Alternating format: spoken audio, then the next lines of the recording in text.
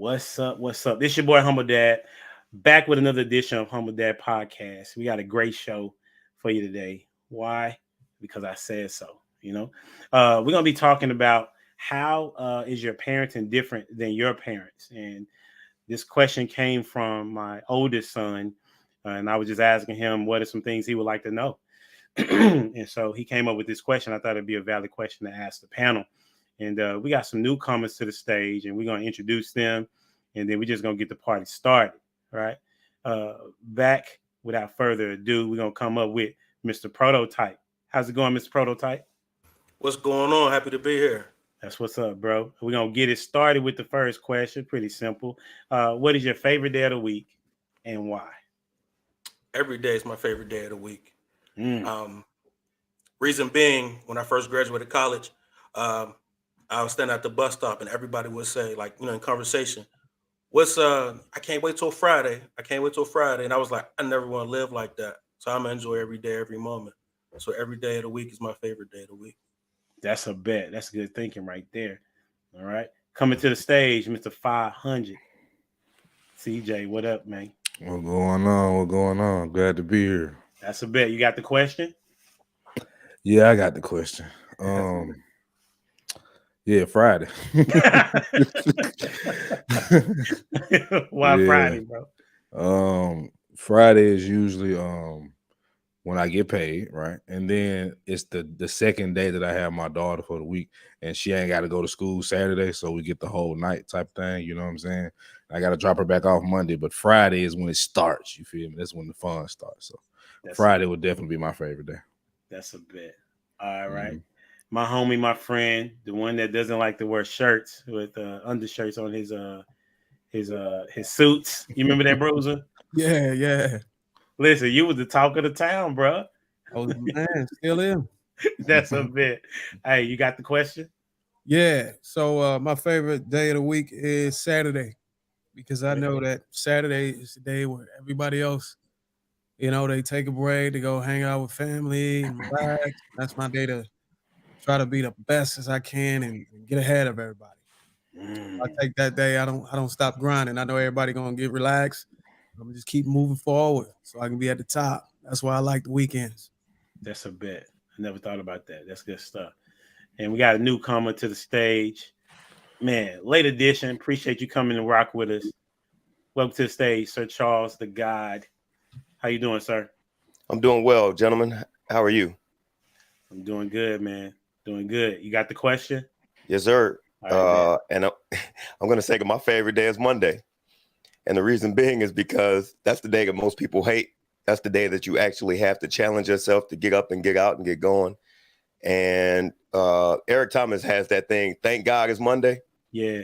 And I bog into that, man, because I like to challenge myself to do things that I don't like to do. And Mondays are hard. And, so I'm up for the challenge on Monday morning. Let's get it. That's what's up. I would say that my favorite day of the week is any day that I'm able to be productive, So I'm similar to Prototype because I tried to think about which day, like any day I can be productive, every day I can be productive. And that's so for me, I try to live every day as if it's my last because we don't know when we have to clock out. You know what I'm saying? But I'm taking something from everybody that gave their particular day of the week. That's pretty dope. I like that. We're going to get it started with the first question. And the first question is, well, you want to come? I know you want my daughter. She want to come give me a hug. She just made it home. So, what's up, lady? All right. I love you. Love you too. All right. First question is, how well do you know your kid? How well do you know your kid? Now, this is an interesting question because I thought that I knew my kids pretty well to some degree. But as I began to talk to them, I learned things that I did not know based on our conversation, whether it's a new character that they enjoy, whether it's, now I know their favorite color, or whether it's, their best friend, something to that nature. So the first question is, how well do you know your kid? And we'll start with Mr. CJ. It's a good question. It's loaded. I think I know my daughter fairly well. She takes a lot after me and her mother, so I kind of get in front of her before she think about doing certain stuff. So I know her pretty well. But I will say I just had an experience that made me a little upset that I didn't know my daughter would do this. So I was going to get her from school early, right? And when I was picking her up, I walked in to pick her up. Her friends were around her. So I went to go get my normal hug and kiss, and she kind of, do the Heisman on me. You know what I'm saying? Like, kind of pushed me back. And I was like, well, I thought I knew you, but I didn't know you would do nothing like that. So I don't know. I would say fairly well, but they can surprise me. She definitely can surprise me. So that's what I'll say. That's what's up. Who you got going next? Oh, let me go and get my guy Charles, man. You already know. Well, I got 5 kids, but they're actually 5 adults. Okay. My kids range from ages 21 through 29. So I don't have any. So how well did I know them, and how well do I? I mean, they have their own lives now, so a lot of stuff they can keep secret. But when they were younger, I tried to make it my business to be all up in their business, not to compromise their own privacy. But I know the stuff that I used to get away with. Like I started drinking when I was in 6th grade, and my parents had no idea. Like I wanted to be like Ice Cube, with the St. Ides. I don't know if y'all remember. I'm sure some of us old enough to remember St. And I just, my parents gave me a lot of freedom, or maybe a little too much, to the point where I used to beg my father for time. And so I just wanted to be all up in my kids' business. So I feel like I knew them pretty well. I knew their interests. I knew what made them tick or what have you. But there's always an element of secrecy or whatever that they can hide stuff, kind of. But I feel like I knew them pretty well. Who you got going next? Let's go with Bruiser. Yeah, so I have a 9-month-old, so I know him very, very well. He hasn't really developed into anything that could cause me to guess. But I did adopt my sister's son. He's a 16-year-old. She struggled with taking care of him because of her situation, and I can say that it's kind of pretty opposite with him. I don't really know him very well. I took him in September. I when I visit, I did hang out with him, but as far as knowing him as my own child, I really don't know him that much. But I've communicate with him from time to time, and I'm able to, you know, embrace some things, some of his qualities and characters and traits that he picked up away from my household. He's beginning to start to change some of those things for the better. You know what I'm saying? I'm trying to get rid of the negative. I would say the thing that I really struggle with is trying to get him to speak up. He's very mute. I don't want to say mute, but he's very like low toned, and you can't hear him. You gotta ask him twice, or 2 or 3 times to repeat what he's saying when he's standing with an arm reach. I'm like, hey man, you say you want to be a point guard. You know what I'm saying? You want to make the team. You really got to be vocal. You can't go out there on the court and you having communications issues. And I was like, man, he said he wanted to go to the military. And I said, look, man, that's probably going to be the best thing that ever happened in your life, because those guys are going to get you to use your man voice. You can't be out here talking about talking all low. You got to have some strength in your voice. You got to feel it in your chest when you talk like a man. So I'm struggling with him with that, and I'm trying to get him to, be better in that. But for the most part, I really don't know a lot, but I'm learning. And I'm gonna pass it to my man Prototype. It's a bet. Man, for me, I have 4. My older 2 kids, 17 and 14. I don't really know them much at all. It's weird. I mean, it's not a disconnection thing. I raised them, but it's like they hide themselves My oldest one, I think she has like identity issues because of all the different houses she has to live in. You know what I'm saying? So I don't know exactly who she is, what she is, and I even admitted to her like I don't know you, and she's like, "You're right, you don't." And my 14-year-old, he doesn't really communicate what he wants, how he feels, what he needs. You know what I mean? And is trying to get him to be any particular thing or push him any certain way. It's like he just doesn't respond to anything. You know what I mean? So it's difficult trying to get to know him and understand him as well. Um, I realized like I'll hear him talking to his friends on the phone, and I'll be like, that's not the same dude that talks to me. Like, you know what I mean? So as far as my younger two, I know them very well. They're 5 and 8. And them dudes is, I know we make them tick, we make them cry, we make them go. Like I know them very well. So it's an interesting dynamic how things played out. But my younger two, I know them very well, down to the T. And my older two, can't really say I know at all. Why do you think that it's such a difference between your older two versus your younger two? I think it's a difference in although I've had custody of all four of them, I'm not married. I'm married to the one, and I'm not married to the other. You know what I mean? So the older two, same mom. They've traveled from between my mom, their grandma, their mom. Oh, okay. There's so many different styles that they have to please according to the environment. Gotcha. With my younger two, it's my way, my rule, you know what I mean? They understand the environment, they understand the love, they understand what gets them this, what don't, what we appreciate, what we don't, like, you know what I mean? So it's more structured. Yeah. So like I said, I know them very well because they act like, the way I would want them to act. The older two, they wild cards. So I can't even like pick out what they're going to be in the future. Mm. So let's go with RJ. What's going on? Yo, positive energy, Kings. How y'all feeling tonight, man? Doing good, bro. How are you? Man, I'm blessed. It took me a little second because I was being a daddy in real life. Listen, bro, I already had that conversation offline with so I totally get it, man. Before you answer the question, you got to answer the intro question, which is, what's your favorite day of the week and why? My favorite day of the week is definitely going to be a Sunday. And the reason why is because that is the day that I choose to be for me and my family only. I do nothing. I mean, nothing outside of seeing by my family on Sundays.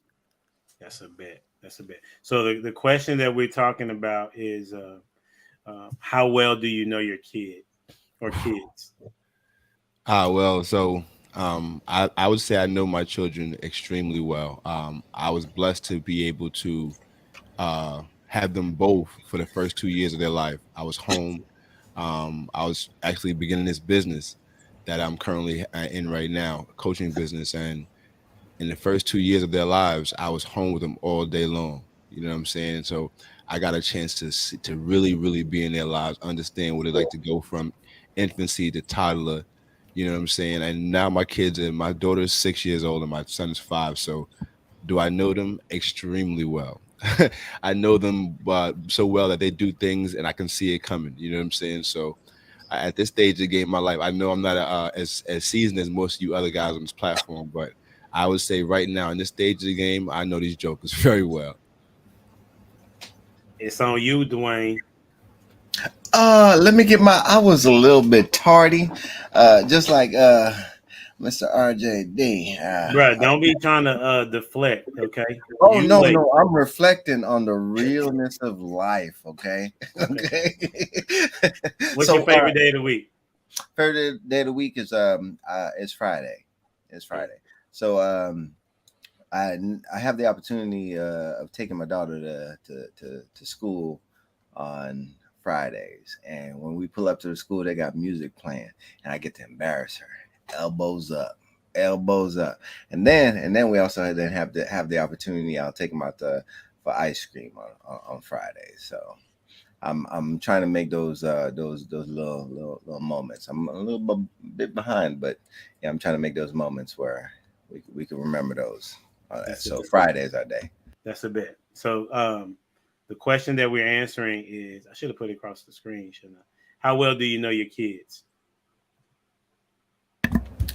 You know what? I saw one of the little shorts you you snipped together, and I don't know remember the gentleman's name, but he was talking about his son, and he was like, him and his son were cool. They're real cool, and then he was like, "Who are you?"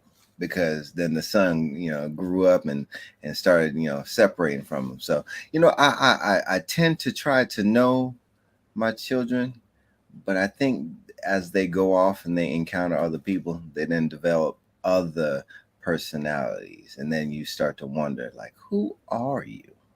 And I've had that with my oldest, being 17. I'm like, hey, who are you really? So, and sometimes they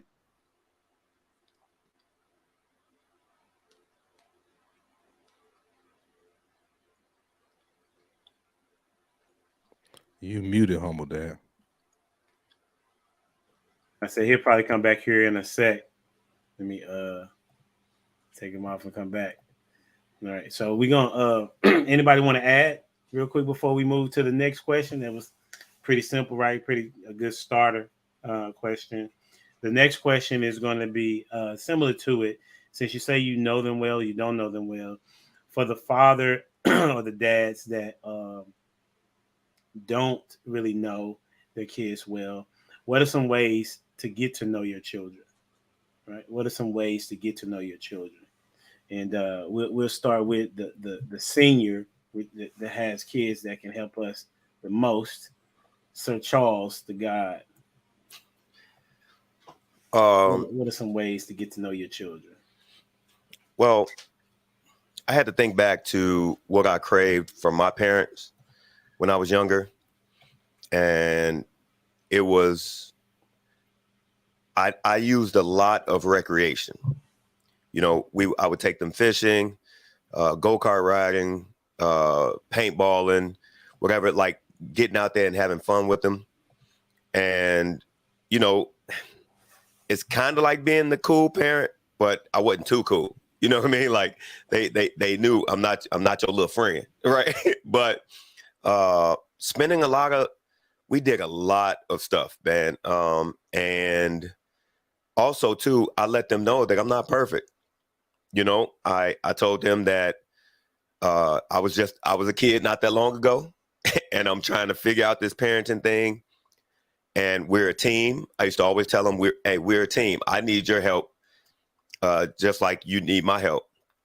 I never put myself. I thought my parents like portrayed themselves like they were perfect. Like they never really talked to me about their flaws, where they messed up at or what have you. And short of being too personal, I was pretty much an open book with my kids and let them know, yo, I'm a work in progress too. Like I don't have it all together, but together we can make this situation like as perfect as possible.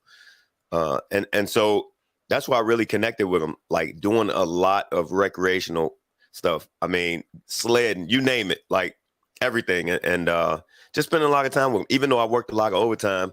And that was one thing, and I'll yield the floor. But that was the one thing that I kind of was ticked off about my father, with my father, because my parents, they're still together. My pops would always say that he had to work. He had to work, right? And like he was gone to the point where our next door neighbors, which was Sir Hale, and his brother, like they didn't even know that my father lived with us. And I used to tell Sir Hale, oldest brother, and I'm like, he does live with us. He does. No, he's like, no, he don't. I'm like, dude, my father for decades came home at 1 a.m. and left at 5 a.m. And I used to write notes on his dress and say, Dad, can we go to a baseball game or something? You're like, boy, I got to work. So that's how I built that relationship, to get to know them, because I spent a lot of time with them. I would lay in their beds and just talk to them, Oh yeah. And one more thing, although I never really, and I don't know if this is going to be triggering for somebody, but I never really bought into the whole Christianity thing. I had them in church every Sunday, every Wednesday, because I thought it was important to have something instilled in them, as opposed to, because I know what the church meant to me when I was coming up. And I didn't want to. I wanted them to be around elders. I want them to learn how to speak, in front of people and stuff like that. And so I needed the village, So I was there with them as best I could. So that's how I got to know them. That's what's up. Who you got going next? Let's go with Prototype. Man, what are some ways to get to know your children? I can't even answer that question because I don't know. I've tried different ways of trying to get to know and understand my kids, but I mean, I've accepted the reality is you won't know them unless they want you to know them. You know what I mean? And as long as they see you as the parent and what kind of parent you are based off of whatever, like they know you. But I can't necessarily say I know how to get to know them. It's all their choice. You can follow their social media, and but you might not like what you you might not like what you find on the other end of that. So I can't. I really don't know. So I'm just going to pass it off to Bruiser on this one. Yeah, you almost hit on one of the things that I was gonna say is you could if you paying for their phones, you can manage their phones and stuff like that, social media accounts, so you can actually get to know how they think and know you might be able to find out their sexual preference. I mean, it might be funny, but hey, those things are revealed in that. So yeah, monitoring their phone data is a really really kind of non-traditional way of doing it, but sometimes it's necessary to keep them safe and make sure that they're doing the right things and they're searching the right things and they're they got the right things coming into their mind. That could seem like you got them under a microscope, but when you lose your kids, then you'll be thinking like maybe I should have paid more attention. But yeah, that sports obviously, recreational things, getting to know them. Those things reveal their athleticism, you know what I'm saying? Their ability to mesh with their peers and compete, their competitive spirit. Uh, Also, yeah, church is a good thing. You'll know their interest levels. They might not be if they falling asleep in church, they're not really interested in. I fell asleep in church all the time. And the lady in front of me she'd always give me peppermints to keep me awake. But that's after she hit me across the head with her fan, though. Those peppermints keep your mouth moving, so it kind of keep you awake. You got something to do. So pause. But I'm gonna pass it to my man CJ since he's nodding his head. And my daughter's still pretty young. She's 7. But one of the ways I got to know her better was what Sir Charles said, like those like laying in the bed conversations, like them joints be real. She wants to tell me about her friends that she doesn't like, but she'll like tomorrow. Um, we talk about my child. She loved talking about my childhood. You know what I'm saying? Like that's kind of how we bond. We bond. That's off my talking oldest about- son. He always asks me about my child. Yeah, because I tell her how lucky she is that she got 2 parents that really care about her and put her first in life, because our parents kind of wasn't like that for the most part. So when she so what did you do? What did you go through? You know what I'm saying? She liked to hear about. It's not the best, right? But my fights and stuff, like, because she knows her dad's a fighter. You know what I'm saying? Like, I always been there, and I fight for her too. She saw what's going on in them courtrooms. We got closer through that too. But really, just letting her talk is how I got a relationship with my daughter. It's forever evolving. But we had conversations. We talked about a lot. I'm talking about boys, to. Like, not like, you know what I'm saying? Like she finna date or something. But it's just like Boys at 7? Yeah. Like, you look, man. TikTok. I'm not saying no. You know what I'm saying? YouTube I'm shorts, just asking. They seeing a whole lot more than we was, bro. Yeah, I'm very aware. Yeah. So, I've talked to her about your dad, when you get to a certain age, I'm gonna be fine with you talking to boys. Just let me know what's going on. Let daddy check them out, because I know boys because I used to be one. You know the whole spiel. You feel what I'm saying? Having conversations like that, but I don't really put no parameters on her to keep her in bounds with certain conversations. I just let her have it because I want her to trust me and understand me, and I want to understand and trust her. So we have those. It's conversations for me. Like I take her out. I've done the tea parties. I've done all that goofy shit, but the most thing I do is listen to her. Like I really listen to what she's saying, even if it don't make sense. That's what's up. Who you got going next? Let me get RJD in there. Oh man, I get so caught up in saying listening, man, and like I'll be like I'm watching television right now, listening to you, gentlemen. But the way I'm gonna like co-sign with my man CJ just said, it's about those pillow talks, man. Like real rap. Like you know how we used to get clown for pillow talking with the ladies back in the day, but it's something different when it's with you and your little girl, man. Like she literally opens up and tells me about her entire day.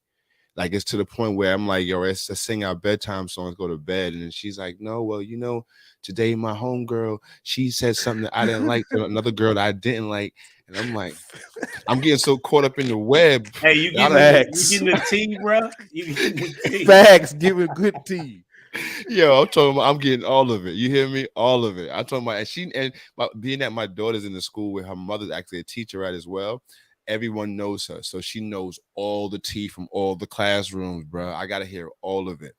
But the one thing I really realized with my son, he's 5 years old now, and he's not he's not as verbal as my daughter is, but he's way more physical, right? So with him, it's a kind of archaic, kind of caveman style. Is like it's more physical and tangible with him. Me and him, we bumping and grinding. Like, come here, little dude. You know what I'm saying? Like, it's a lot of that right now because our communication is more so physical than it is verbal.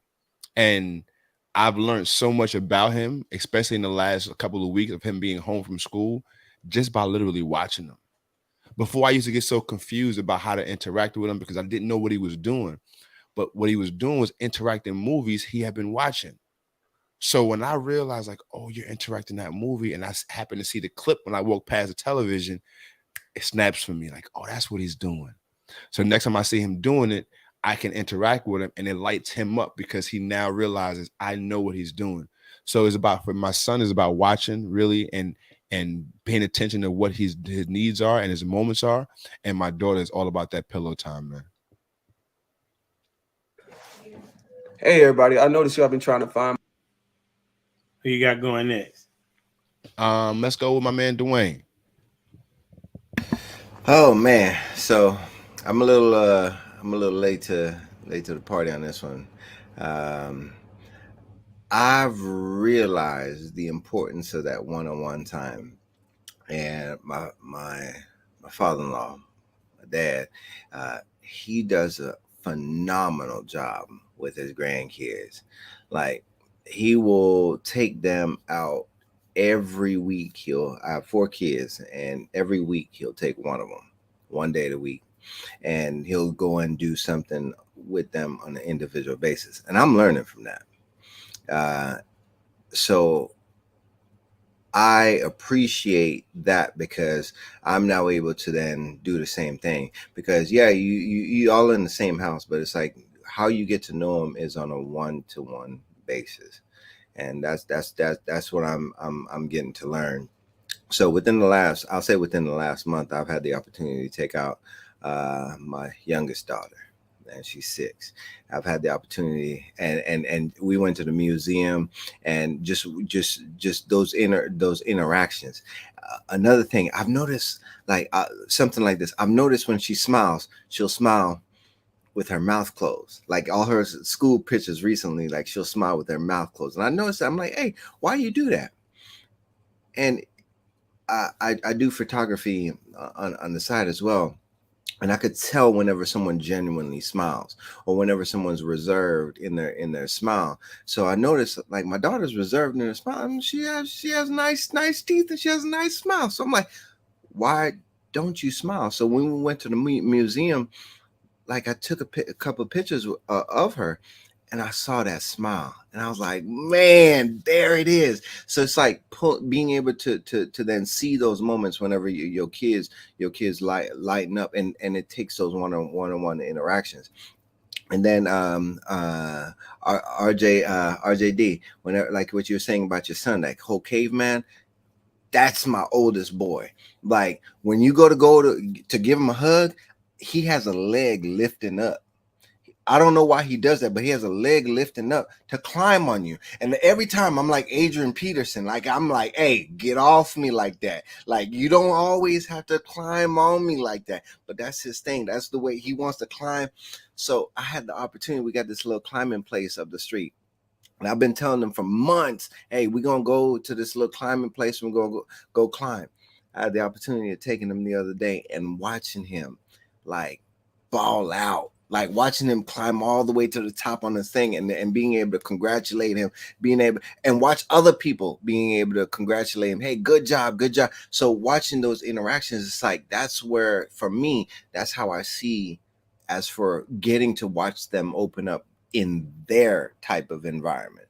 So in those instances where I've been lacking, like, hey, I'm just going by the day-to-day grind, I'm really now trying to hunker down and pay attention to who they are within their space. So whenever y'all talk about pillow time, whenever y'all talk about, listening to, it's getting into their space, being a part of what they like to do. That's whenever I believe that we get to see our children open up whenever they're in their space. So I'm, like I said at the beginning, I'm new to this party, because it's like, I'm like, hey, I'm just being dad day to day, but it's an opportunity to be able to be one-on-one with our children. I think that's important. Yeah, that's dope. I would agree with that. I would say I would add to it anything that you could do independently, one-on-one, in time. So whether it's going sledding, whether it's going shopping, whether it's going to the museum, whether it's going to the library, going to a game, seeing your kids in their element, because oftentimes I've talked to dads or parents, and they're wanting to do something. They're wanting their kids to do something because they want to do it, as opposed to what is it that the kid wants to do. One of the things that I've been struggling to do is play Roblox. You know what I'm saying? I don't know if y'all familiar with Roblox. Oh my goodness, bro. Like, it's so hard. I think that's what I would say. It's and like they always want me to play. They got to the point now they don't even ask me no more. Because I'm like, this game is hard. Have y'all played Roblox before? Bruh. Nope. No, but it's definitely a hit in my house. Bro, it's this one game. Okay. Now, and this is gonna segue to a question I got for y'all. It's this one game where it's a maze and you climb into the top and you're racing against other people, and it's a time limit as well. And so it's going through like blocks of maze going to the top, and you gotta use you gotta be a strategy to get to the top, right? Well, my son Joshua, Dwayne knows Joshua. This dude, I don't know what he's not good at. Okay. But when it comes to video games, he's a pro. And so this one time, like I was playing against him, he won 3 times in a row. And it's probably like 20 people playing, right? And I'm like, I can't even get like off the second level. Like it's probably about 20 different levels to get to, and I can't get to it. And I'm like, man, I quit. Okay. Because this is too hard. So but what I found out was I was able to see his ability to think in competing in a competition, in an analytical. I also saw the respect that his siblings had for him whenever he was going. They was like, they said before we started, like, Josh is gonna be hard to beat. Right. I see how they admire each other when they're playing with one another. So kind of just alluding to ways of how you can get to know your children is just by spending time with them in their element of whatever that is.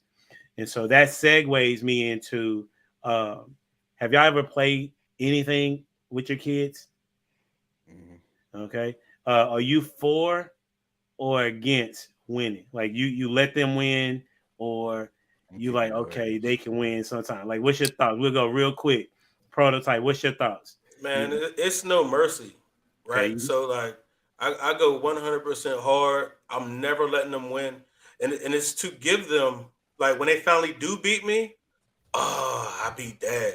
And they understand what, you know what I'm saying, what that level means. Like just recently we just got Connect 4 and I'm smashing everybody on purpose. You know what I mean? Talking trash to everybody. You know, from the 5-year-old on up, right? Yeah. But my 13-year-old, I mean, I'm like, hey, come get this whooping. Stomps me. And he's like, I finally beat you at something. Because he can't beat me at anything. He can't beat me in a race. There's nothing he can beat me at. But he beats me in Connect 4. And the way he lights up at the fact that I finally got him. Yeah. You know what I mean? So no, I don't let them win nothing. What's up? What about you, CJ? I agree. If I ever have a son and we play Madden, my boy. Why you can't play Madden with your daughter? I mean, she don't like football like that. So she ain't gotta like it. I played live with 2K with my 4-year-old, bro. Mm-hmm. It don't hit the same. It just don't. It don't hit the same. But sure. we had this little game. It's like a penguin, right?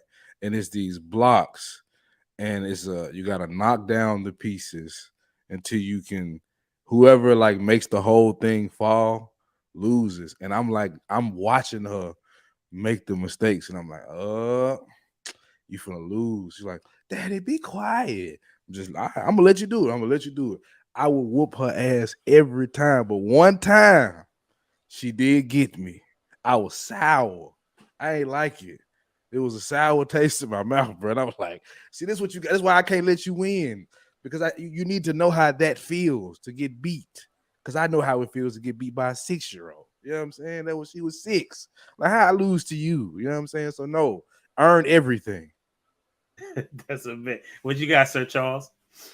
Oh, absolutely. See, you know, we got the school system and all of these other programs that giving kids participation awards.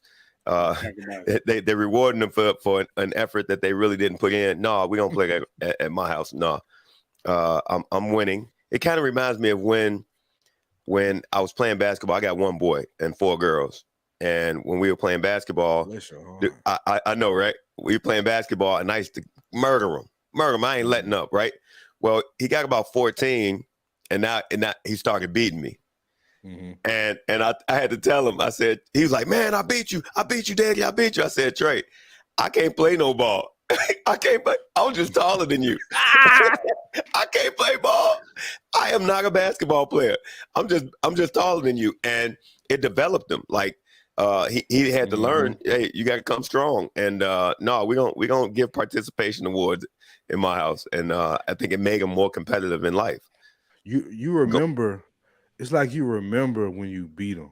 I had a neighbor that was like a all-time athlete in the city of Memphis, bro. Chris Churchill, look him up, bro. I didn't want to go to the hole when we was hooping, so I keep shooting jumpers. So he'd be like, man, you a soft ass bitch. You ain't gonna never go to the hole. You know what I'm saying? So it started getting in my head. So I'm constantly going to the rim. He blocking it, knocking it out the way. So finally, I got to the rim and I kind of hit him with a little bow, hit him with the fillet. You know what I'm saying? With the fillet, bro. And it felt so good. I mean, he beat me like 21-5, but I got the layup though. You feel me? It was just that accomplishment of getting past him, and he didn't let me do it. That's important to them kids, man. That's hilarious. You lost 21-5. Yeah, but hold on. I got you. I hit him with a finger roll, bro. Come on, man. Bruiser, what you got on it, bro? I know you got the 9-month-old. Yeah, I got a 9-month-old and a 16-month-old. 9-month-old, I play everything with him. 16-year-old, staying away from all the games that I know he can beat me in. So not even going to even give him the satisfaction. You want me to come here and play 2K23? No. I need about 3 months to, make sure I'm good. I'm not just finna sit there and take no L's. So, yeah, I don't let him win nothing at all. Not even a conversation. I don't even care if I'm wrong. You ain't winning nothing. So So let me get this right. So you only gonna play against him if you can win. Only gonna play unless when I know I can win it. That's it. If I know I can't beat him, I ain't even playing with him. That's hilarious. Dwayne, what you got, bro? All right, so Sir Charles, man, you what you said resonated to me because there's a quote by Dr. Ben Carson. However y'all feel about him, but he in one of his books he talks about how his mom used to make him write book reports. And that was one of the things that allowed him, as for him getting into reading and all this other stuff. And come to find out, as he got older, his mom couldn't even read, but his mom would make him do book reports. And it's like one of those things where it's like you said, I couldn't even play ball. Like that's not my thing, but I'm gonna be hard on you. I'm gonna be tough on you. So like, as for my kids, man, no. I ain't gonna let you win nothing until you deserve it, because like you have to deserve it. So, man, like my oldest, we'll play chess, and I realized she don't like to lose. Who does, right? Who does? Like that's an important lesson in life. Hey, if you're gonna play, you play to win the game. So Mr. Bruce, like how you were saying, like I ain't playing if I ain't got no chance. Like you play to win the game. So it's like, man, like only person I'm letting win is my wife. Okay. Well, that's more of a business decision, you know. Absolutely, sir. I won one time in chess, and that's all it took me to learn. Yeah. What? I'm I still spanking can't- everybody. I still can't out-hoop my dad. And he 56. Good. That's a lesson. I'm Hooping, bro. spanking them all. And I'm taking every challenge though. Even though if I've never played 2K, my boys don't like. Only my 5-year-old wants to play like sports games. Like so, my 14-year-old, he ain't none of that. I be trying to get him like, I don't like football, Dad. Like I'm like, come on, man. Like you gotta change that. but yeah, like I'm spanking everybody, and I don't care if I've never played it. I'm trying to spank. Yeah, I'm the same way. RJD, what you got on it? Yo, man, listen, I am not letting nobody win nothing. Like, I am a hardcore competitor. You hear me? Like, I compete at everything. Just now, I was washing the dishes, and my wife was like, "Yo, why are you sweating?" I was like, "Yo, because yesterday you did the dishes in under 22 minutes. I'm trying to get him in 15." You understand what I'm saying? Like I'm one of them. Like I don't like to lose. And we's playing. That wasn't even a competition, bro. Listen. I don't like to lose. That Michael Jordan syndrome right there. Yeah. I'm a competitor for real. We was playing what's that game? Trouble. You guys know the game Trouble when you Yes, pop sir. Yo, my daughter. I'm mad I'm even saying this online right now, yo. For some reason, for the last 3 nights, a game we have before they go to bed, we play a game before they go to bed. The last 3 nights, she's been beating all of us, y'all. Like my 6-year-old has been running the boards on us in Trouble, and I'm like, yo, how is she doing this? She get all the 6s to get out of the house. She jump on everybody. She land on everybody. She send everybody home. Facts. She's definitely about to be grounded. There's no questions about that. I'm about to, you know what? I'm about to break the game. As a matter of fact, I'm gonna press so hard on it tonight that it's broken. That's it. I'm not losing no more. I'm with y'all fellas. We are not losing. Dads, rock on. Let's go, y'all. Facts. That's what's up. So that was gonna lead me to my question about like how do y'all respond to when y'all lose to y'all kid, but y'all actually have answered the question.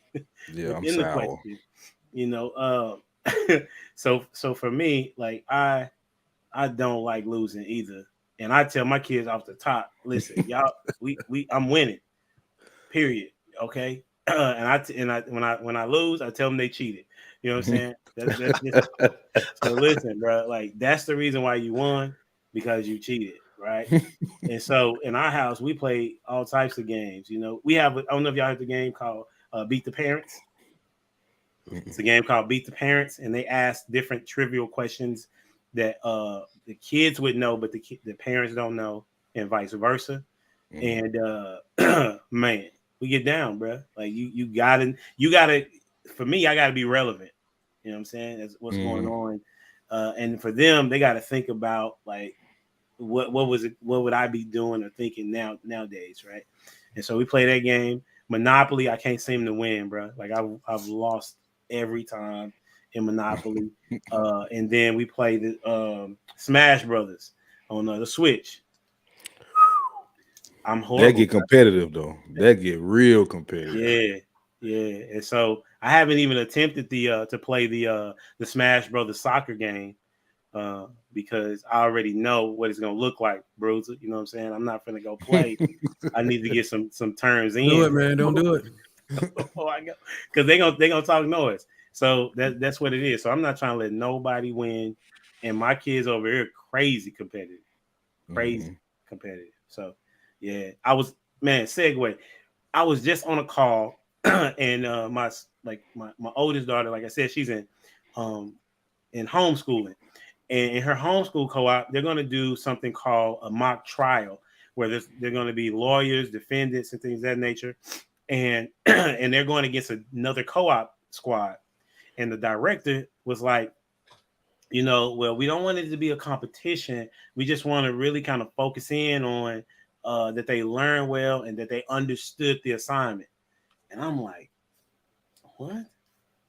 And another parent spoke up before I could, and she was like, I want my kid to compete.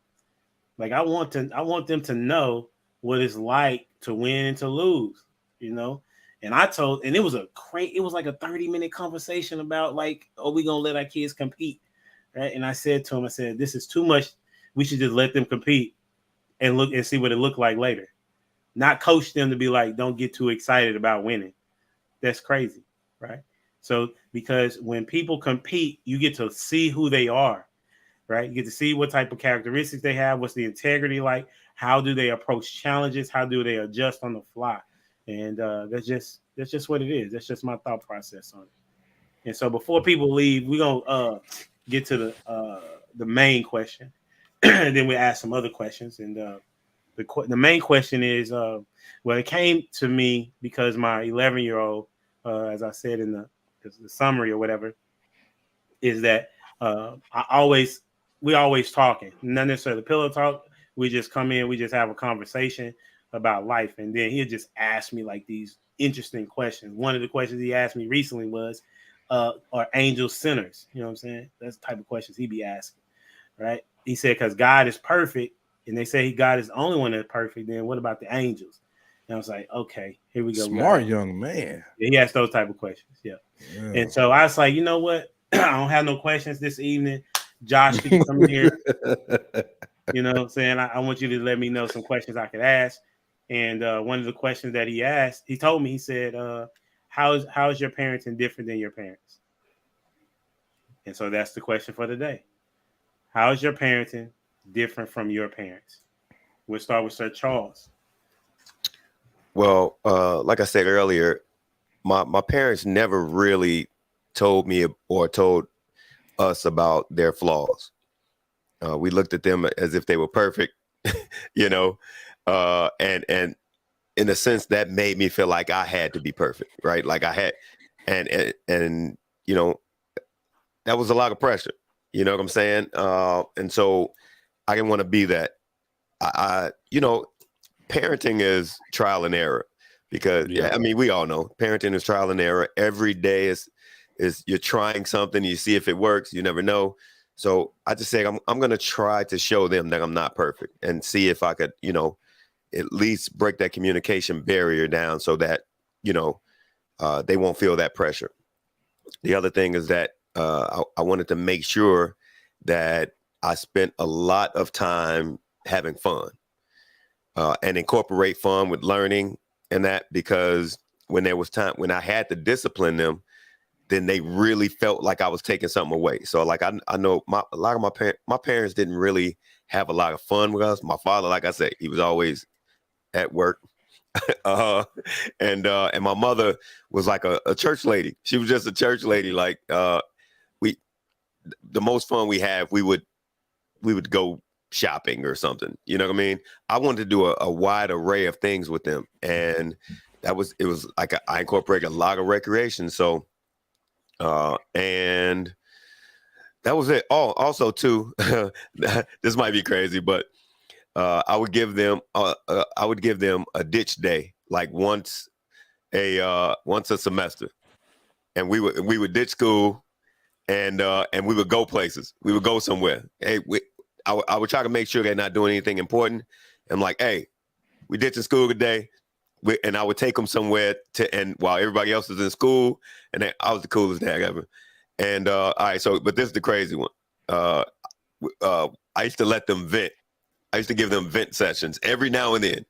Say whatever is on your mind and say it however you want to say it. However you want to say it. Did y'all could curse? That's how you feel? Mind your motherfucking business. If that's how you, for real, Dad, yeah, that's how, my daughter. My second oldest in the living room. She'll tell you. I used to, Daddy, for real, and that was like the best thing ever. They used to vent. They tell you about the girl at school, the boy down the street. This mother, hey, okay, session's over. You know, after they got it all out, we're done. Yeah, session's over. And I don't know. My parents never gave me that, so. I was a little different from my parents, but my kids and I, we're still very close now. So I think I did something right. For sure. That's what's up. Anybody can go next. It's on you. I'll go. I kind of got to look at it from the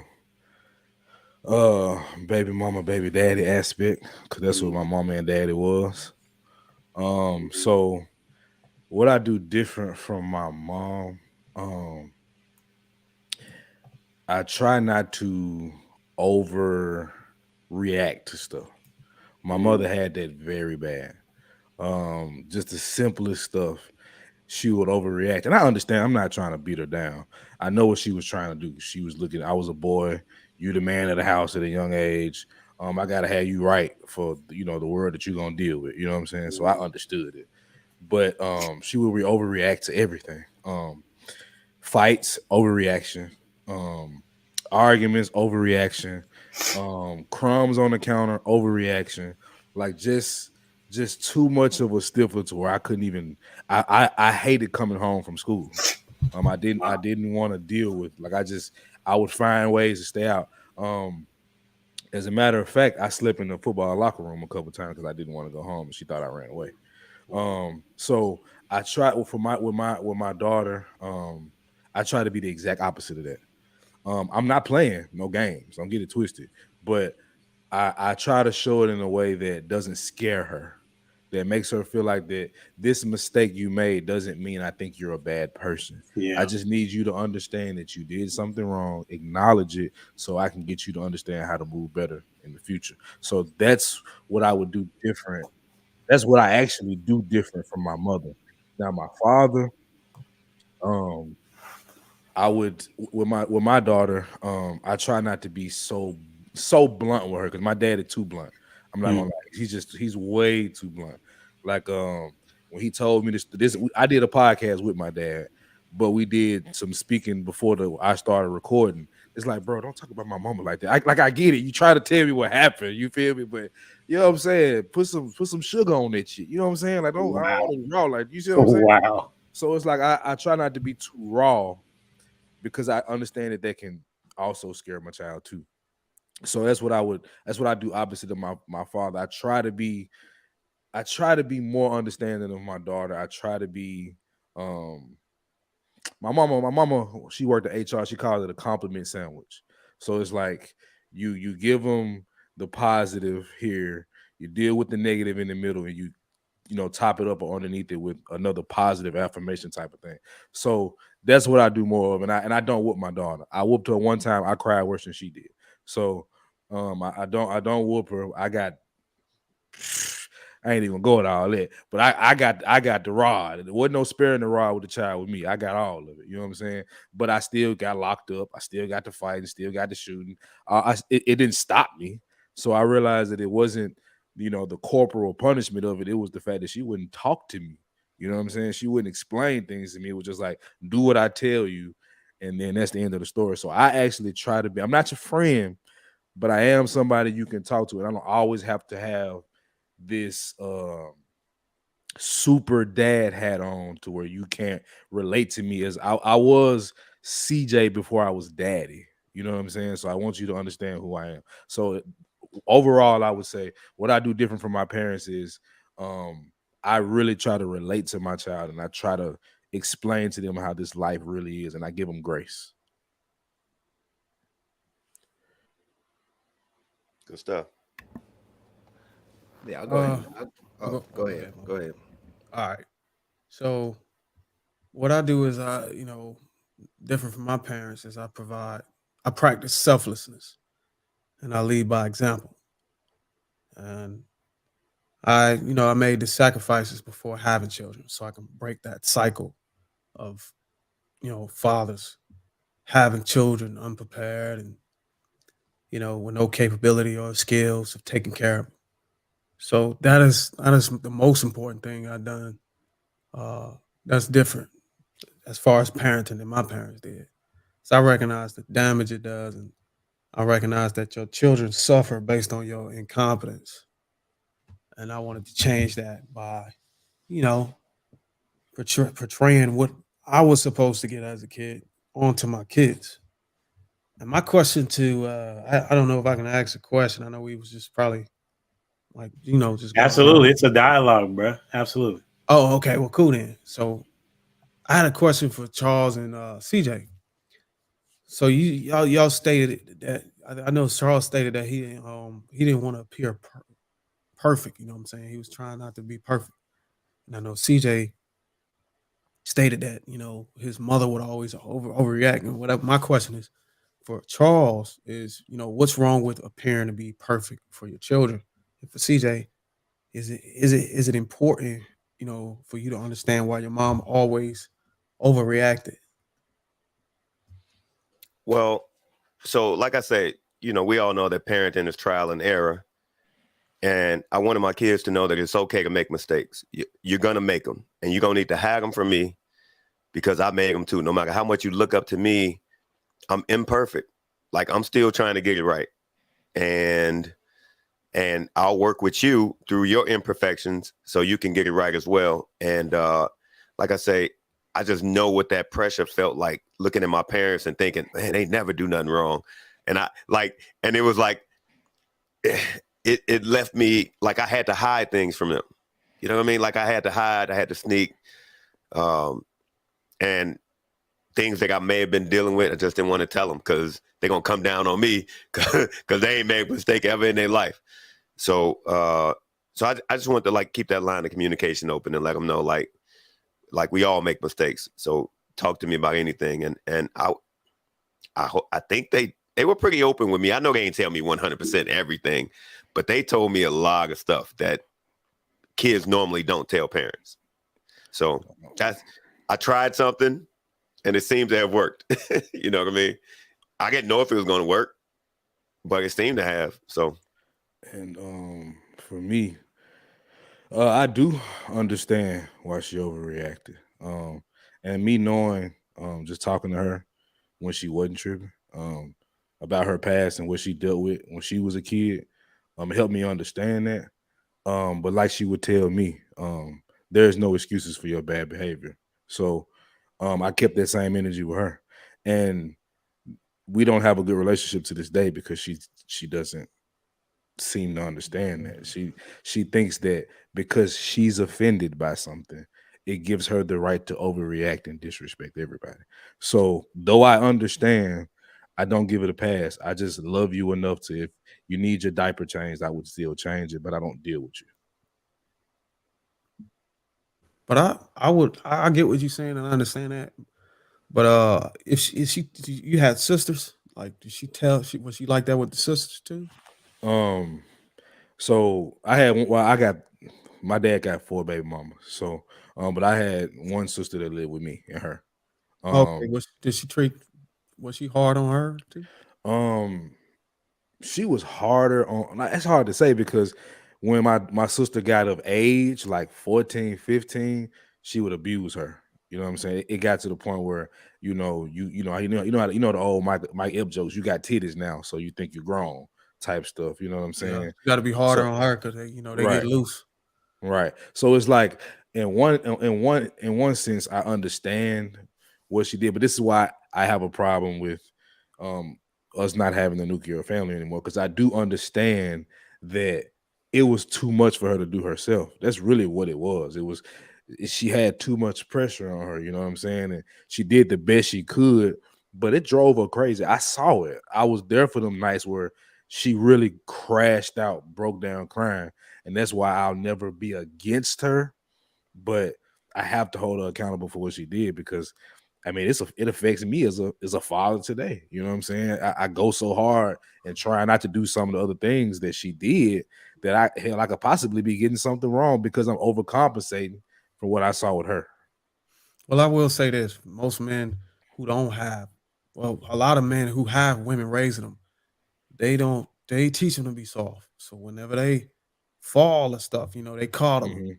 But I would Mhm. say, although it probably wasn't, it didn't settle with you right.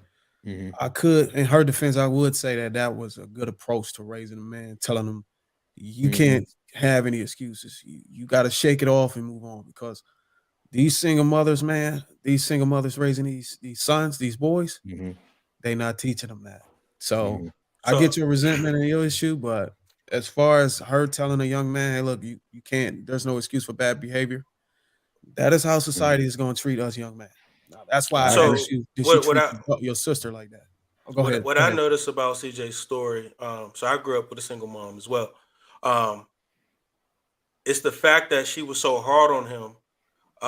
He then had to, he was like, I still got in trouble anyway. So he didn't understand the balance of masculinity.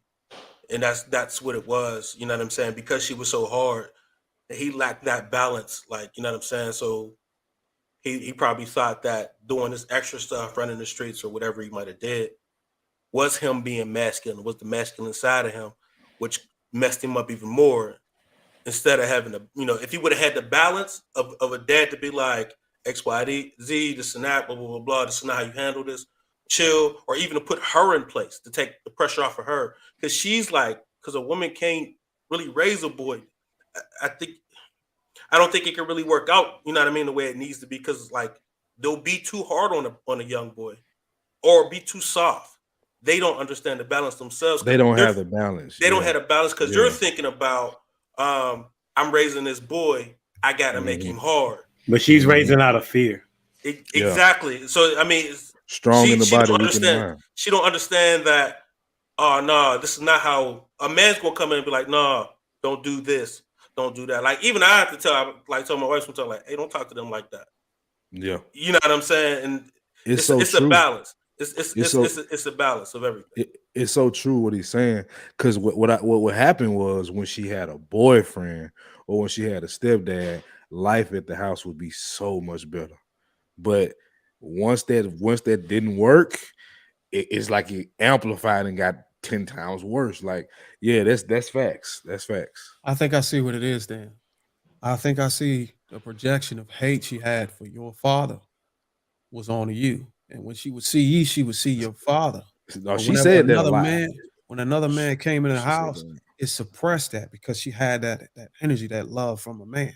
But when he would be gone, all she could do was see the man that she wanted to be with or that failed. She would see that in you and through you, and then she would project her anger. I see that shit happen to me. Yeah, I got that a lot. Like you just I be telling folks, I got that real this, like, what you hear these talking points in these spaces, like I know for a fact that a lot of it's true, because I really heard you look just like your black ass daddy. You act Your just like daddy your ain't black shit, ass you ain't gonna be shit. Right. That's how I got talked to until she needed something. Then it was different. Gentlemen, I got to slide out. Yeah, I got. I really enjoyed myself. I wish I could stay, man. This is a dope conversation. Appreciate you, man. You're always welcome, bro. All right, cool. Humble Dad be meeting you cooking up, fellas. man. So I'll go ahead and chime in next. You say what, y'all CJ? mind? I said humble dad be cooking up, man. Oh, for sure. I'll be back to get a plate. I appreciate that. All right, I'm gentlemen. gonna slide Have a good too, one. gentlemen. That was a Y'all good take it one easy. for sure, CJ. All right. Go ahead, prototype. So my parenting style was completely different from how I grew up. For one, my kids aren't in survival mode. Like my mom worked and went to school, so I basically raised myself. It was just me at home by myself. You know what I mean? Just trying to not get in trouble. You know what I'm saying? So how we eat is different. How we communicate is different. Like everything is different, you know, based on how I'm raising my kids. And like I said, I'm not raising my children in survival mode.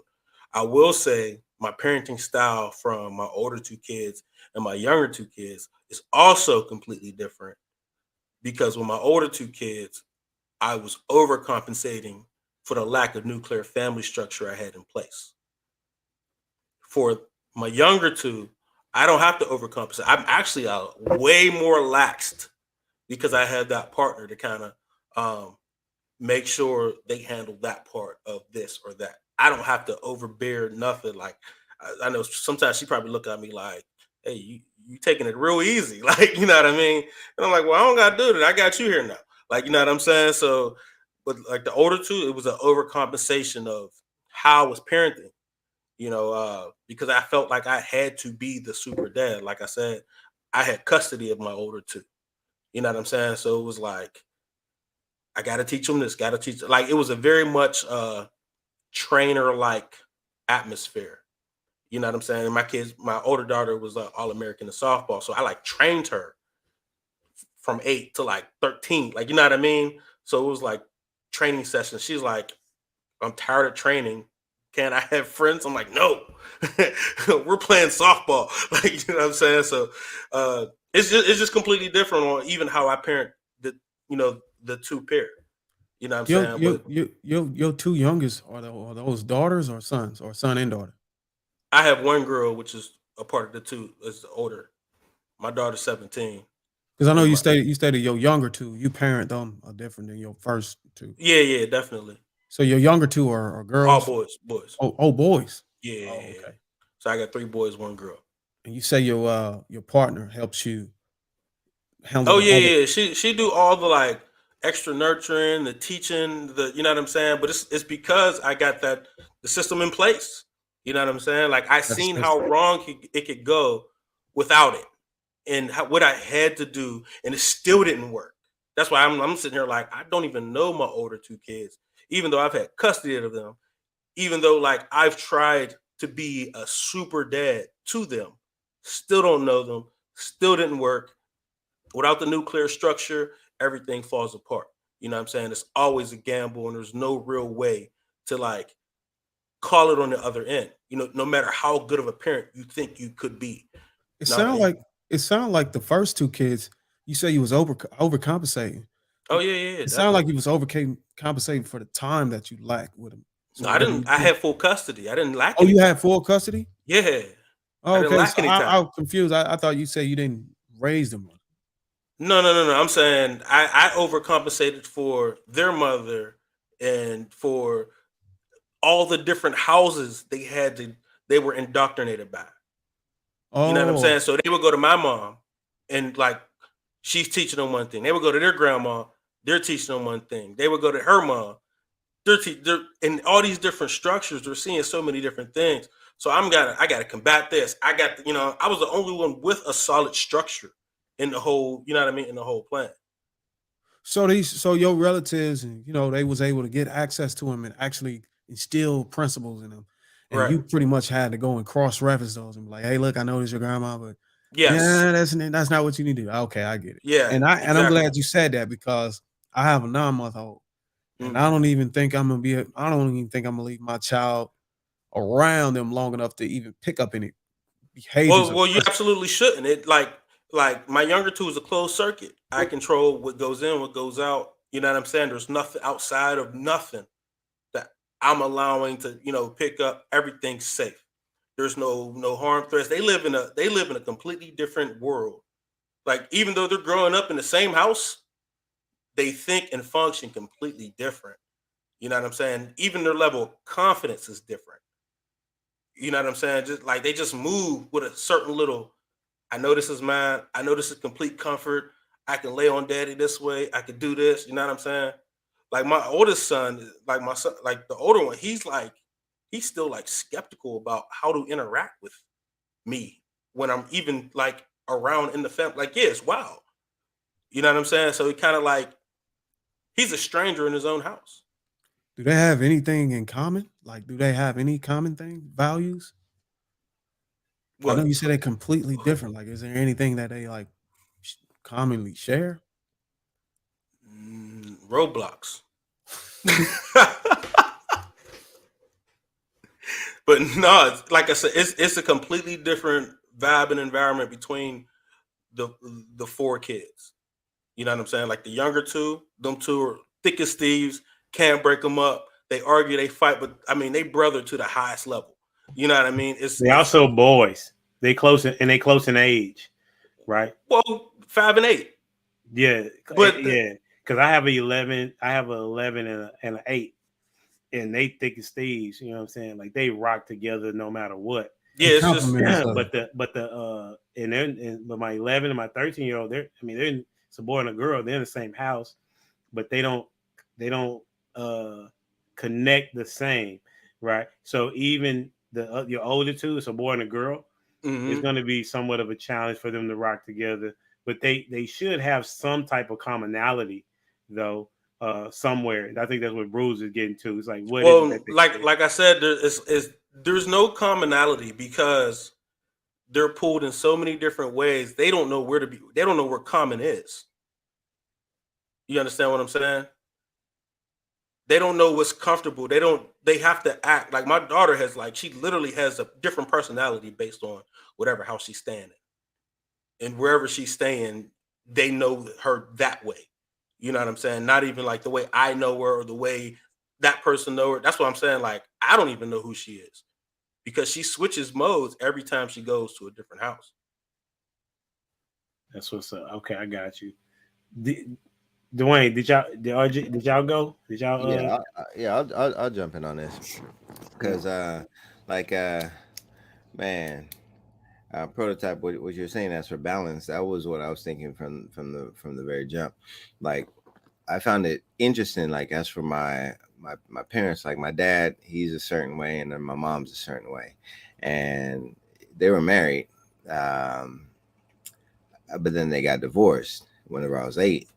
But then what I did get to see as I got older and got to be able to witness certain characteristics or traits was I was able to see certain things in my mom. I was able to see certain things in my dad separately. So I didn't see that nuclear family. So as for doing, that's the main thing that I'm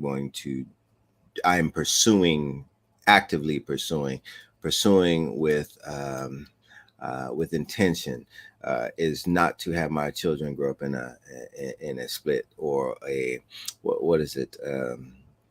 I don't desire my children to grow up in a split household, because I know how much damage mentally that it can cause. So, or having them come from a broken home, because I came from a broken home. So whenever you were saying as to that balance, like my mom, she's good with money. She's from Jamaica. She was like, man, hey, whenever I have that conversation with her, she's like, hey, I knew what poverty was. So whenever I came to America, I didn't want any parts of it. Like, I'm going to pursue and achieve as much as I can with those opportunities. But then my dad, he's from America, so he has a different perspective of it. So he would go and spend the rent money just so we could have fun, right? And she's like, we ain't doing that. So like those difference in characteristic and difference in approach was what then caused their divide. They weren't able to find that balance. So that's where, as for the importance for that balance for me. Now, I noticed whenever Sir Charles, he was like, he said it's okay to make mistakes. Earlier in our conversation, we're talking about as for video games, like, or even not even necessarily video games, but just like losing. How do we handle losing? And I think that goes into then the whole showing that we're not perfect and how we handle. Like, I do the same thing what you were saying, Dad. Like, hey, like to my oldest, hey, you cheated. Like, I didn't, you cheated. But then there's jest in that. But then I'll give the kudos. I'll be like, hey, well done. Well done. Hey, you got me. And there's something important in that. Like we could jest about it, but at the end of the day, I want them to know sincerely, hey, you did get me. Good job in that, because I'm not going to let you win. And I remember beating my dad in a foot race for the first time. Boy, he tore up his feet trying to beat me. And I'm like, yeah, that was an extra reward for me. Boy, put that skin on the daggum trophy. I'll take it. So it's like, I remember those, like, and he tried and I tried too. And I remember I beat him. So I take appreciation in that. So as for with our kids, I do desire to also let them know as for my mistakes and have them learn from that. And also then allow them to know that I'm not perfect, but from a biblical standpoint, it says, be ye perfect. So there is a pursuit for that. So like what CJ was saying, hey, you ain't got no excuse, right? So that also ties into, if you know better, you better do better. So like as for instilling these things into my children, as for these principal items, it's like, hey, winning is important, but how do you handle losing? Hey, pursuing perfection or listening to direction, like that's a good thing. But how do you handle whenever you miss the mark? Like I desire to instill those things in them. So, and then also last thing, prototype. You made mention of eating different, and I found that very interesting, because there is something about having somebody staring at you. I was thinking the exact same thing. Yes. There's something about competition. And I remember with my little brother, man, I couldn't stand him growing up. My little brother, he's about 4 years or 3 years younger than me, and I couldn't stand him. We used to go to California and spend time with our dad together, different moms, same dads. And we used to go, and I used to pick on him. I'm like, come on out here, man. Let's throw this football. And he was like, nah, man, let's go do the spelling bee. I'm like, nah, man, come throw this football. So he was more intellectual and I was like more physical. And I used to pick on him for that. But I love him to death. Love him to death to this day. We went to El Paso together the other day, 9-hour drive, chopping it up. And it's that, we didn't have anything in common then, but we have things in common now. But we can talk about how he used to be so slow eating, and I used to get it in, like Ezekiel Elliott eating. Like I'll get mine done, and I'll be looking at his plate. And there's something about competition whenever it's like, hey, if you ever watch dogs eat, it's like that. It's like that. Like if you don't finish yours, that's more for me. And with that level of competition, like within siblings, I think that leads to, or it can lead to, a healthy competitive relationship. Because hey, if you leave anything on your plate, and that I think that's a life lesson as well. If you're gonna leave anything in your plate, you're leaving it for somebody else. You're leaving it for somebody else. Even my youngest, 3 years old, he'll get down from the table, and then guess what? His brother will see that he left something on the table, and he'll go and eat it. Then guess what? He comes over and he's mad because his brother's eating what's on the table. It's like, hey, handle up whenever you have the opportunity. Handle up. If you don't, somebody else is going to capitalize on you. So it's those life lessons from siblings, and as for being able to instill them, I had younger brothers, I had an older brother. I had to deal with those things too. So it's like being able to teach my children those things as for how to handle those adversity. That's how I call it. That's dope, man. This is phenomenal. I appreciate y'all, brothers. RJD, what you got, bro? You on mute?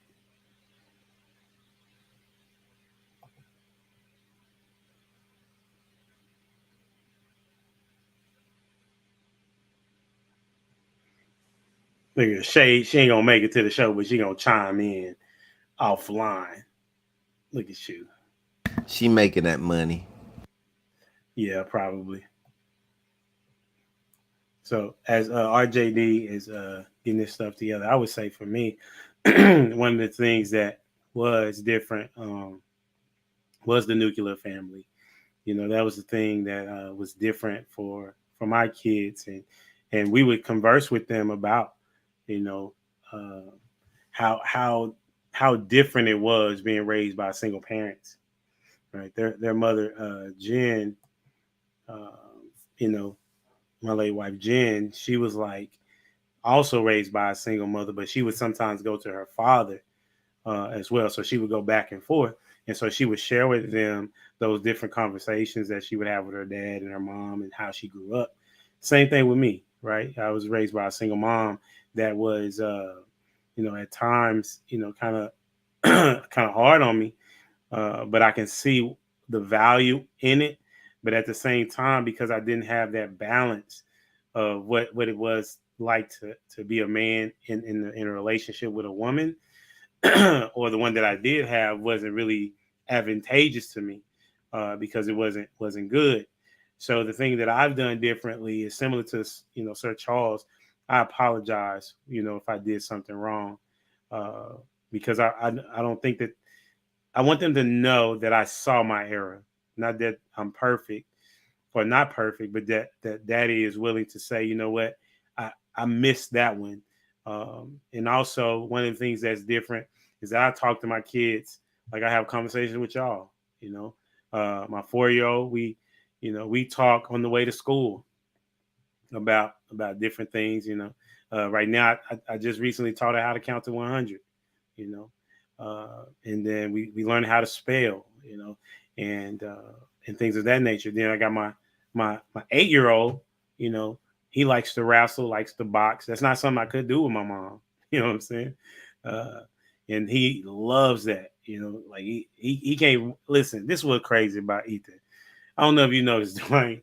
Dwayne, my dude, right? He know my kids. Ethan, if he walked by me and I punch him, he ready to go. Right? He finna try to swing back. Josh, I hit him. He like, why you do that?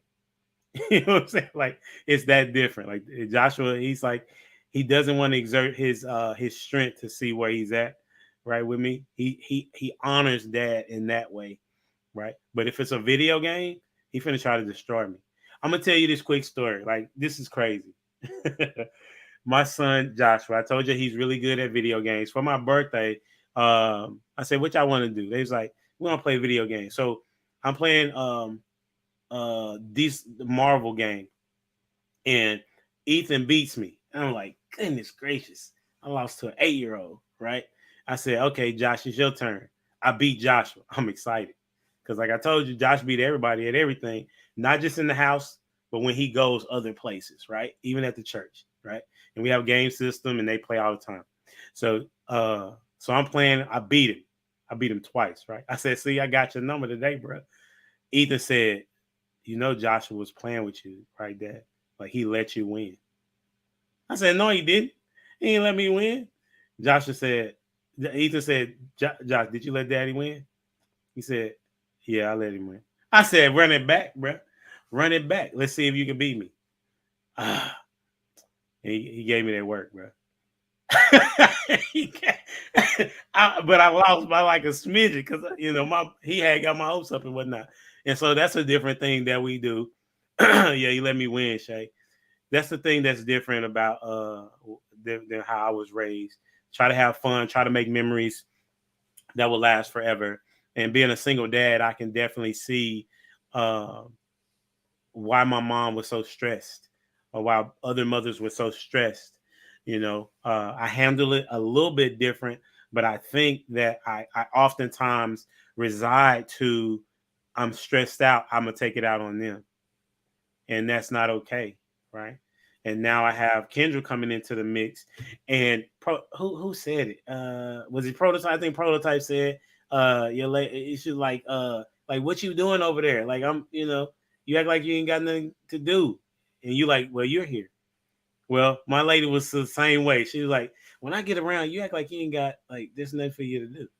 No. It's not that I don't have anything to do. It's just a different level of intensity. And the women don't want to see us sitting still. They do not want to see us sitting down, bro. Like, I don't know what it is, but whenever we sit down chilling, it make their blood boil, bro. And I'm like, man, it's a different type of mental space. Like, if something pop off, you know what I'm saying? I got it. But like, you're here, I know that I don't have to worry about a certain thing. You know what I'm saying? But But that's what this Humble Dad platform is about, letting people know the nuclear family is where it's at. And having a dad in the household is an incredible advantage to, and not only just advantage, it's just how it's designed to be. So my question to you, I heard you and Dwayne. Listen, are you moderating today, Bruiser?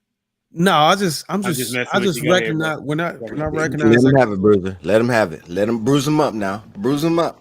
when I recognize I'm surrounded by gentlemen that's much older than me. I try to take advantage and use the opportunity to learn something. That's a fair I'm statement. a very humble person, so I know that I'm not perfect, and I know that I don't always have the answers. Okay. So that's why I ask a lot of questions. That's good. I can add things to my ideology.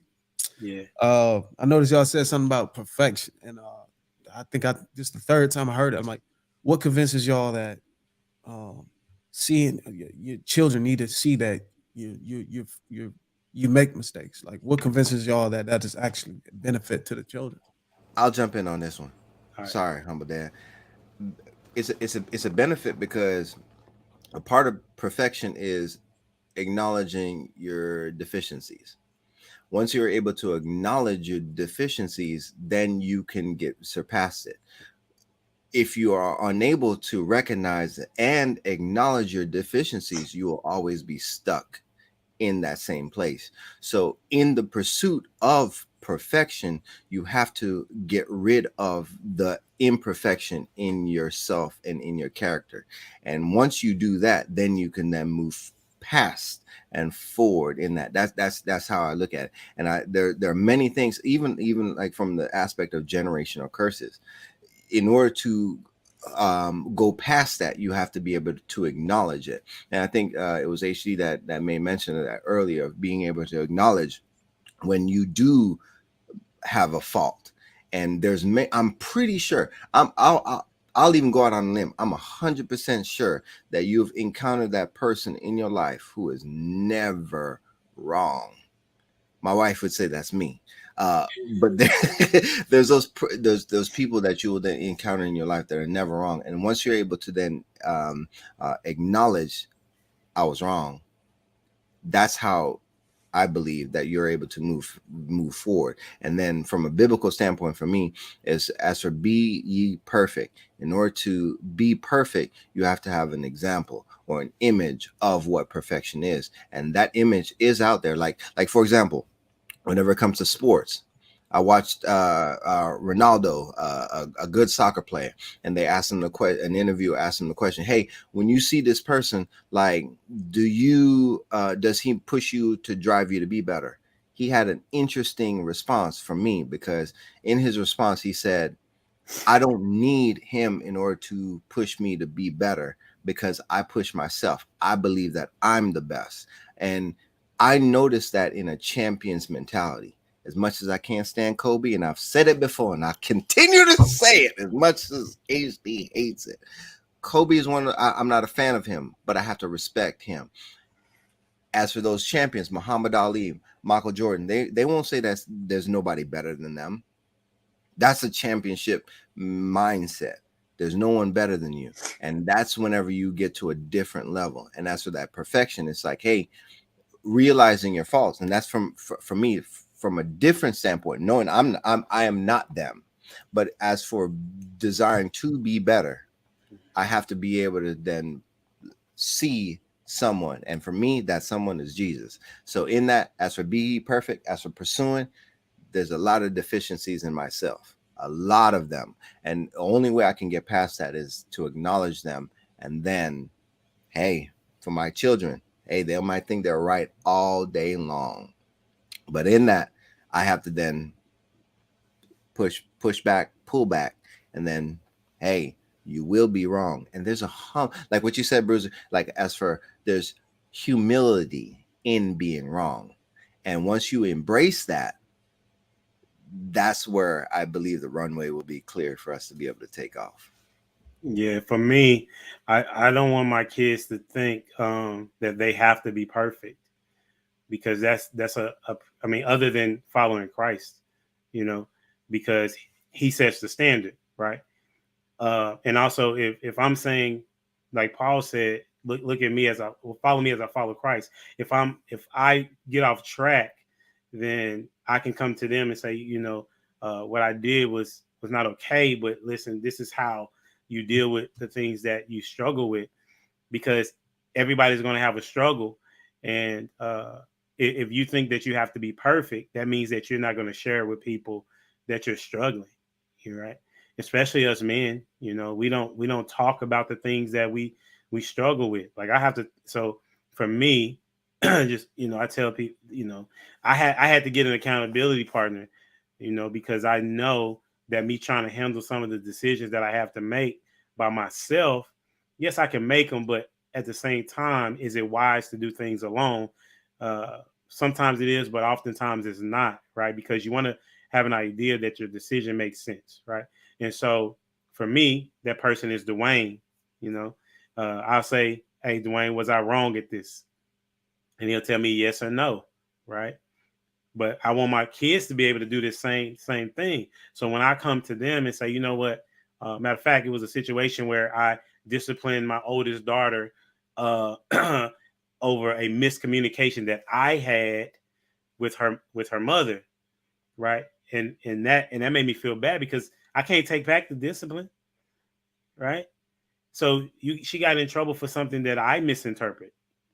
And so I wanted to come to her and let her know, Dad was wrong for that. What I should have done was ask more questions and then also be understanding of what you were trying to do. So for me, I'm trying to teach my kids to pursue perfection, but know that there'll be some times where you won't live up to it, but you know how to navigate to get back on the track. So that's why I do it.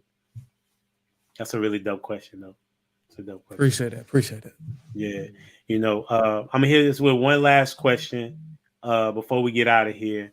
Oh, And yeah, Hey, did you? yeah, Go ahead, yeah. RJ. My bad. no, Go it's ahead. all good. My batteries went dead on me. I had to change a set of batteries out, Oh, man. yeah. My bad. Go ahead. Yeah. Nah, it's all good. I wanted to go back just a little bit towards the towards your question, Bruiser, too, as well, about why is it showing our kids that we're not perfect. Because I do it because of the fall from grace that I had with my mother. Right. So I was raised in a Pentecostal house of God where you preach that, right? You preach that at church and you preach that when you go home. So I didn't have a mother-son relationship. I had a preacher-follower relationship with my mother, so to speak. So she couldn't do no wrong because there was no wrong in the house of God, right? There was no, and there was no asking why back in those days, right? In the 90s, if you ask why, you got your mouth full of knuckles. So what I do now is I don't want that fall from grace, because when I got older and realized my mother was just a girl who matured to a woman and had a baby. And that's what I realized all I am now is a little boy who's matured to become a man and that's created a baby. So I don't want my kids to have that same fall from grace with me. I want them to understand, yo, I'm just like you. I'm only here a few years before you got here. You know what I'm saying? I want them to be able to say, you know what? At some point in time, when they old enough to say, oh, that's my dad, I want them to feel like that's my brother. You understand? I want them to have that sense of, oh, he's just like me. Yeah, he brought me into this world, but I can look at him on the same playing field, on same level at some point in life. Because the truth of the matter is, we had their pampers in our hands when they came into the world. But the way God set it up, they're supposed to be changing ours by the time we close our eyes. And I want them to be able to do that with love, compassion, and understanding that, listen, yeah, he was my daddy, but right now I'm going to take care of my daddy because he never was above me. You understand? He was never above what he showed me he was. Now, I kind of want to reflect. That's back tough. to- I like that one, RJ. That was tough. I want to reflect back to a show I was on, which the last show was with you, RJ, where we kind of went over what do we wish we had, right? What kind of father do we wish we had? Right. And that's not what you said that you wish you had. So why would you not give them what you said you wish you had? When you say I wish I had, what do you mean? So I recall you saying you wish you had not a brother though. I remember you saying you wanted a relationship like a father that you don't have or something like that.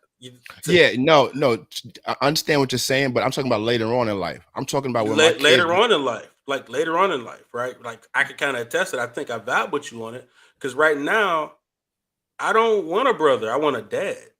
Even still, you know But what see, I'm saying? the only reason I said that now is because right now I can't use a dad.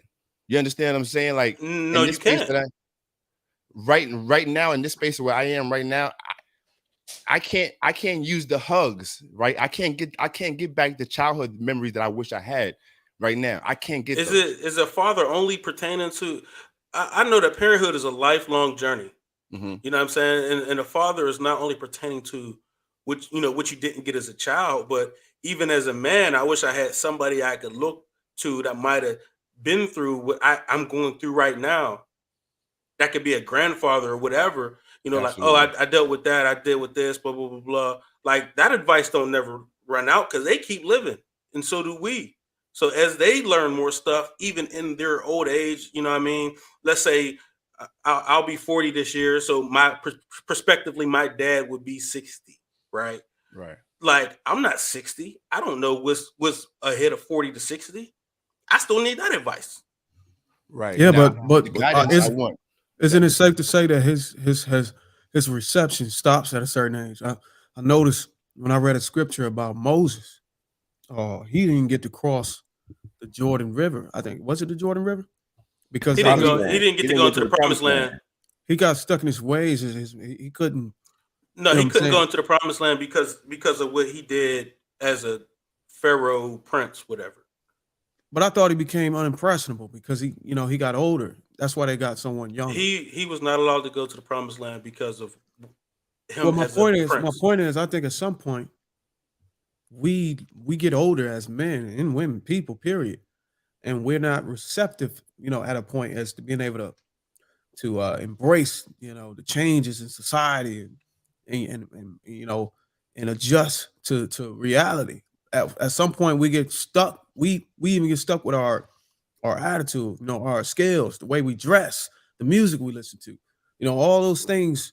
We get into where we become confined to an era, and then once we get confined to that era and it goes on, we really don't even have any interest to try to even redefine our mind or adapt to it. I'm not going to agree with that because I'm always here to listen. That's the reason why I'm even here, right? I'm always here for growth and whatever. Like, so if I had a dad worthy of being my dad to feed me whatever, you know what I'm saying? Then I'm here to listen.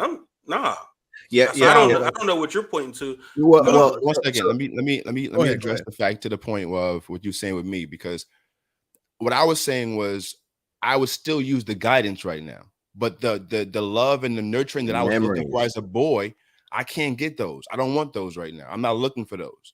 So right now, I would love somebody, as a father figure, but at the same time, with a brotherly effect to say, listen, check this out. Do it this way. Give me a little guidance. But I'm not looking for that compassion, that slap on the shoulder, son, you're doing good. That those days are over with. What I refer to is the I think guidance. your heart is hardened to force yourself to be over with it. Yeah, like you talk yourself in. I don't need it, but we all still need it. But I do have to say I get where he's coming from. I don't know about that. So I don't know either. well, so from we have these childhood memories like of our parents like doing these certain acts, and that's I think I was getting that, or that was one of the first questions that was asked tonight. Is like, as for these, how do we interact or how do we extract these things from our children, right? And we have those memories of how it was done for us, and then we might be able to then try and see how we can extract those from our kids.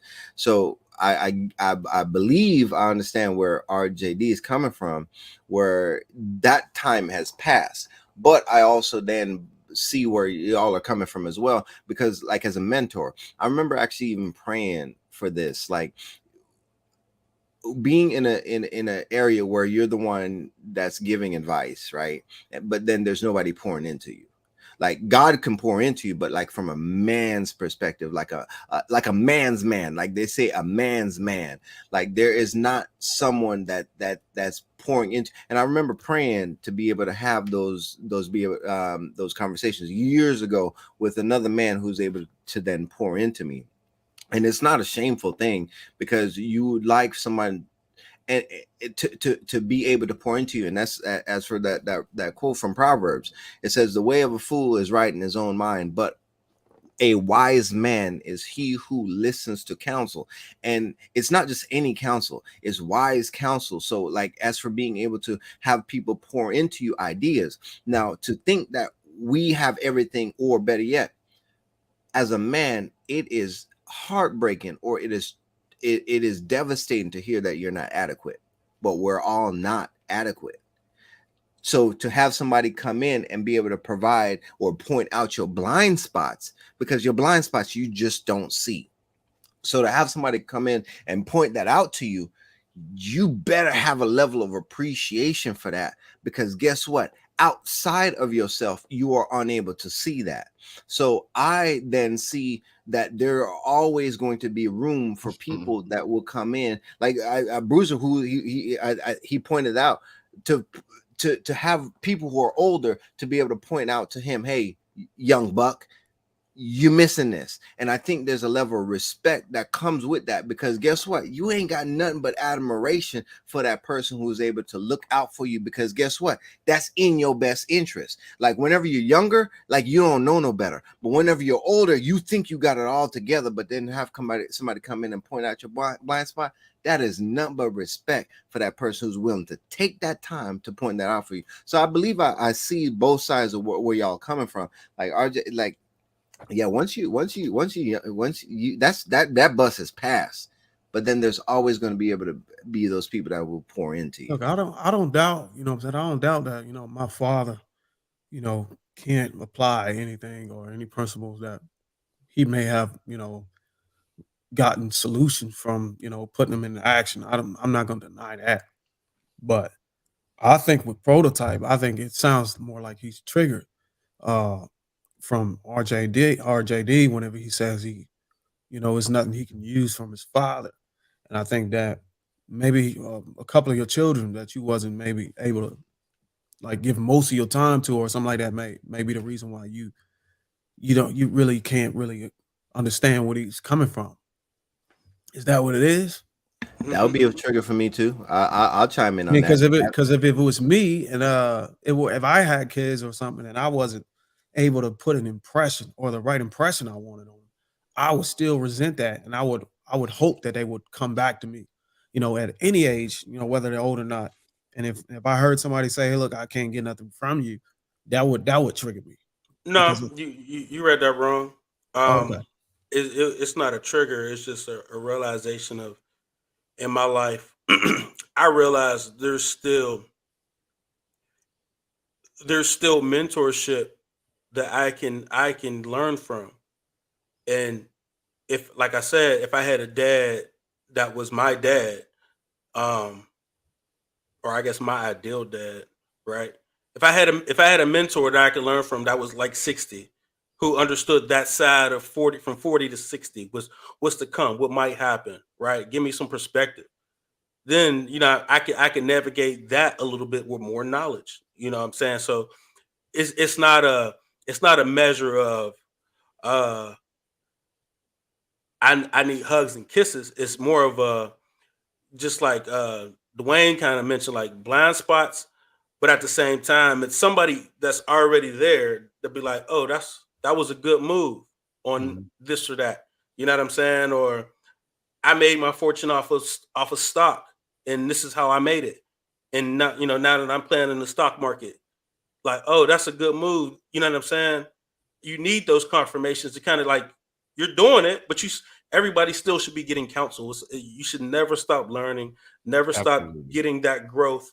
So to say like, I don't need a dad now, no, you still, and I understand that people like, you shut yourself off from not having something so long. Like now I'm hardened from, I don't need no kisses. I don't need no hugs. I don't need no affection. Blah, blah, blah, blah. I didn't get it growing up. I don't need it.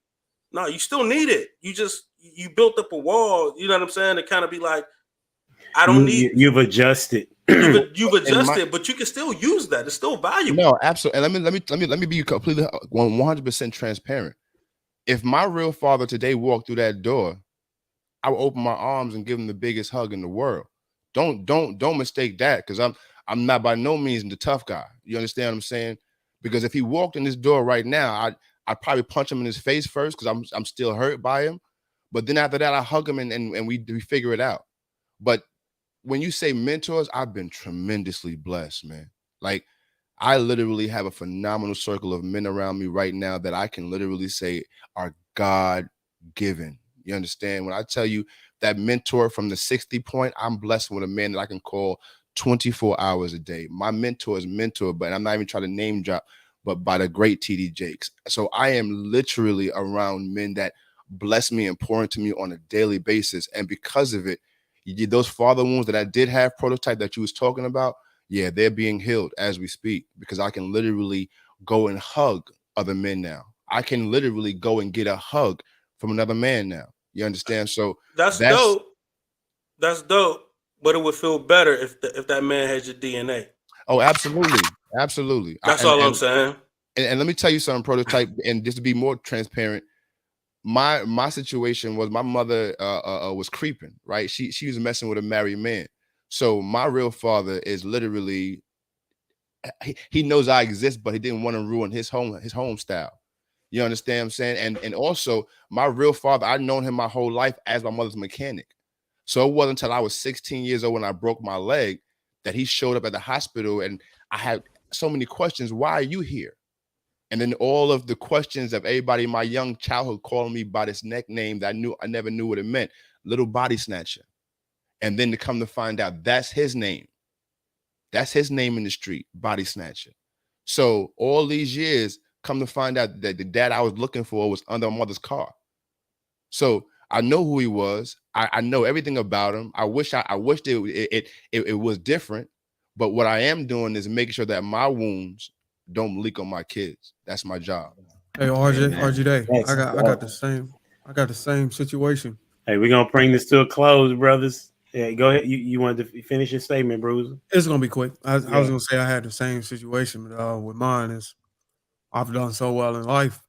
I think I overwhelmed my father from, being able to muster up himself to be able to add anything of value because of, his life. You know what I'm saying? Right. It's really more like the other way around. Like he gets advice from me, you know what I'm saying? And I'm not, shooting him down, but as far as him mentoring me, you know what I'm saying, it really wouldn't be valuable to me because there's no way he can like lead by example because of, our history. So don't you wish it was the other way around though, Bruiser? I can wish, but I got That's all I'm saying. I can wish it, but I got kids I got reality. Right. This has been dope, gentlemen. I mean, I have a take on it, but time is what it is. Y'all have done a phenomenal job. Appreciate y'all. Everybody that watches, make sure you like, share, comment, subscribe to the channel. Check out Prototype Dad. Check out Bruiser, RJD, and Perfect Gentleman, and Dwayne and the photography, and all the other people that was on the panel. Appreciate y'all. Until next time, we out here. Deuces.